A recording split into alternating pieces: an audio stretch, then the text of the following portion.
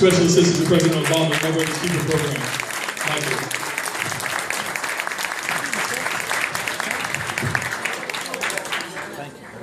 Michael. Good evening. Can you hear me okay?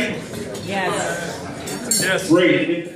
It is wonderful to be with you today. Oh, I get to see you. Hi, everybody. I wish I could be with you tonight. We're all the way over here on the East Coast. It's 10 o'clock at night here, so I'm sorry that I don't have on a tie, but I had to lose it by this evening.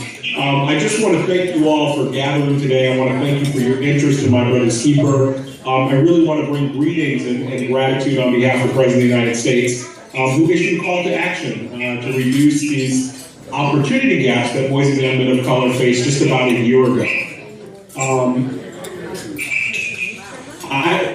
I heard a lot of feedback. Can you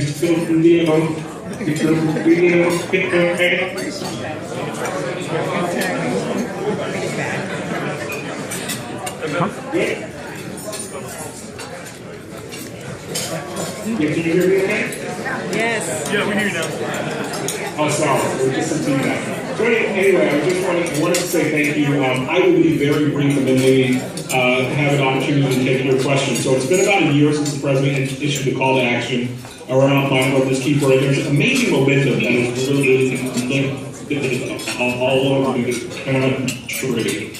We know that there were many of you that were working on these issues to make sure there were clear pathways to success for all young people for many years. And many of you are kind of working isolated and alone, and maybe need a little bit more lift, a little bit more resources, a little bit more support.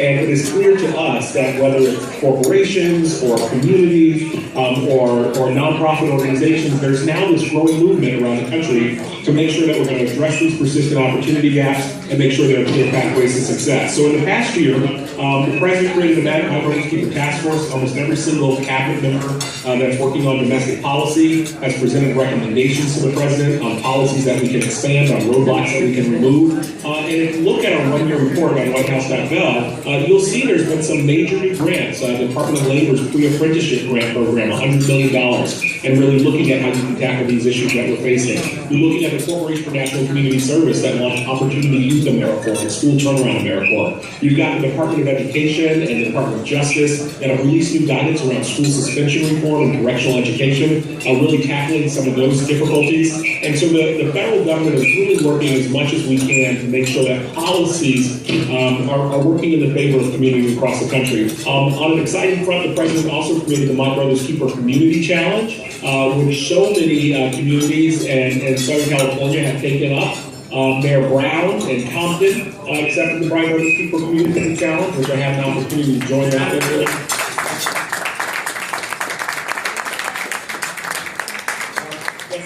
Supervisor Solis issue an amendment to make sure that the county of LA is now a My Brother's Keeper county, and that just happened a couple of weeks ago.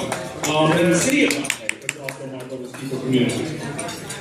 So, you know, we know that Southern California is doing everything it can to play its role, and you're a part of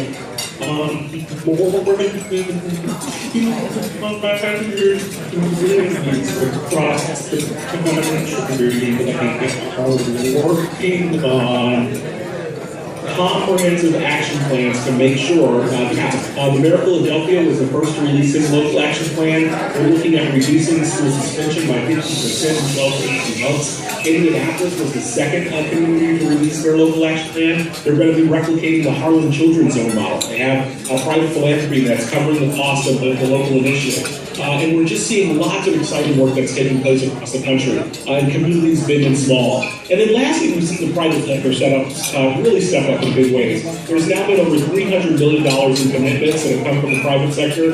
You've got the NBA that's working on mentorship, and they started their NBA Be Someone Who Matters to Someone Who Matters campaign, and we'll see thousands of new mentors. We've seen Prudential step up, Citi, JP Morgan Chase.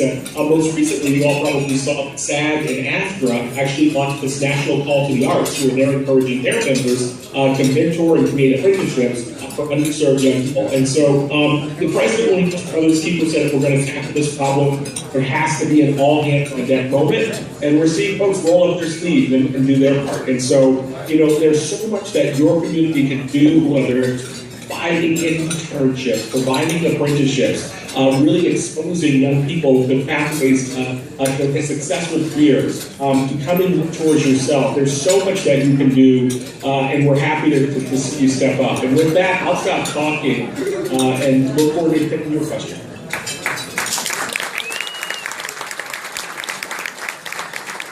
Any questions? Questions? So do we have any questions for Mr. Smith? Yes. Any questions on the dais? Mr. Smith? Any questions? Yes. Okay, hold on, we have a question for you. Okay. How can we participate? So they want to know where to sign up to participate. And I believe it's under the My Brother's Keeper site on the whitehouse.gov. Yeah, so right now you can actually do a couple different things. One on whitehouse.gov/MBK, anyone can sign up to mentor. But the thing that I would encourage you to do right now is go to mbkchallenge.org. And there you can sign up to be an ally to these local community efforts.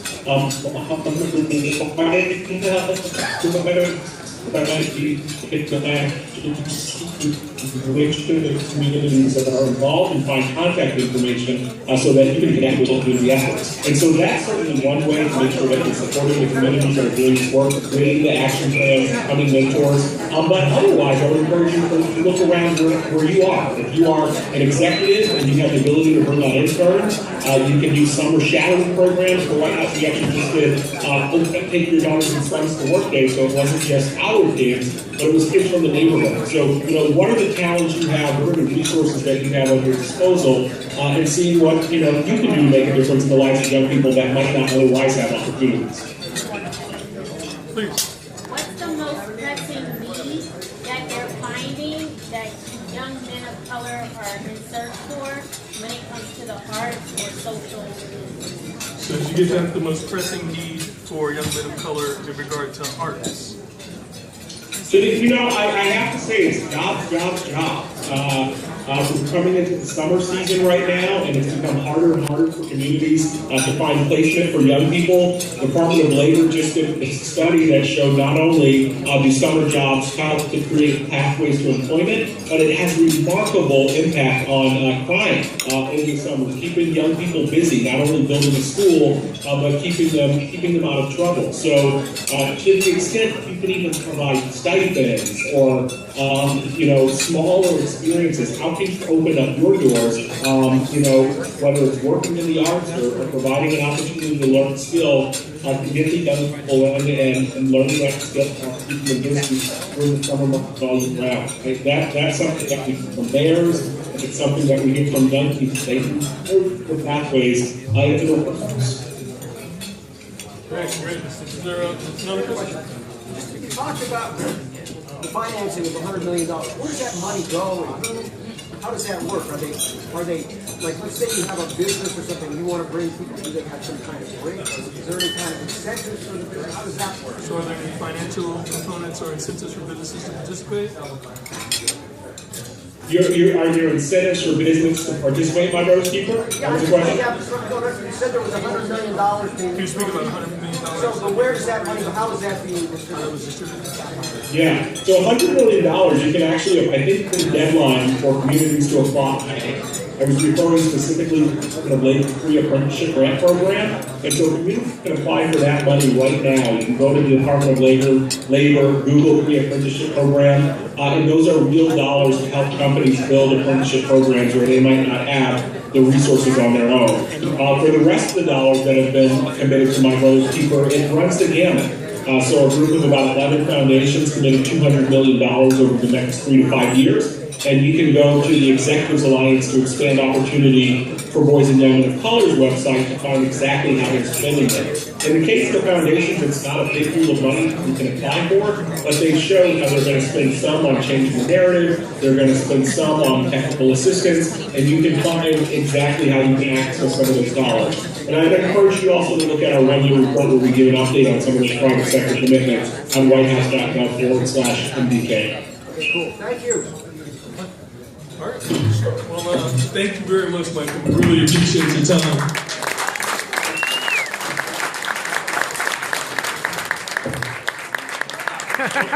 Wait, hold on. One more question, Michael. I'm just wondering if you might consider retitling the program to my brother and my sister's.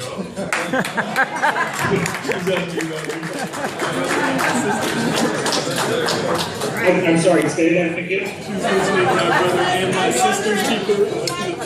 Yeah, we are trying to keep everybody's kids. The president has really been working since he started in office to make sure that we're building ladders of opportunity for all young people, especially those that come from disadvantaged circumstances. I think you probably heard the president talk a lot about his story and this story, how it really took people holding a hand and giving an opportunity. And so there's the White House Council on Women and Girls that we work in lockstep with. There's the Promise Zones Initiative, and we all are working together to make sure that we're building those bridges. My brother's keeper wanted to look at these specific challenges, especially on the school to prison pipeline.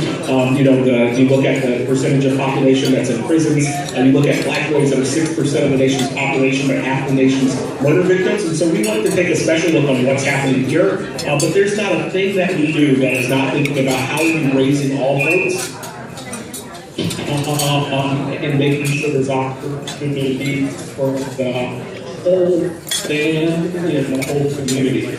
Programs that have been really successful to make a difference in the lives of young people. Really look at the whole family. You can look at efforts like the Harlem Children's Zone that have a baby college, that have a parenting college, that have maternal health programs. And so we are making sure that this is really a lift off this program. Thank you very much, Michael. One more. Wait. One more question. All right, one more for Michael. So, this money's going to children. Are there any children ambassadors actually allocated to where they want this money to go? So is there like a children ambassador council where the children can actually choose where the money goes instead of all the adults choosing where the money goes? Is there something the children can choose? He's meaning the children ambassadors and folks where the children take the programs and this is supported. Yeah, so it's really interesting. Across the country, the My Brother's Keeper communities are certainly local. And almost every My Brother's Keeper community that I've seen, there's some sort of youth task force. The mayor of Boston has a 40-member task force, about 13 young people that are on it. And so across the country, we've actually been really impressed to make sure that young people's voice are front and center and part of the Hello, can we be quiet, please? This is the White House. And hello, something for instance that Brown has been prioritized and that we're seeing communities across that. Excellent. Well, thank you again very much.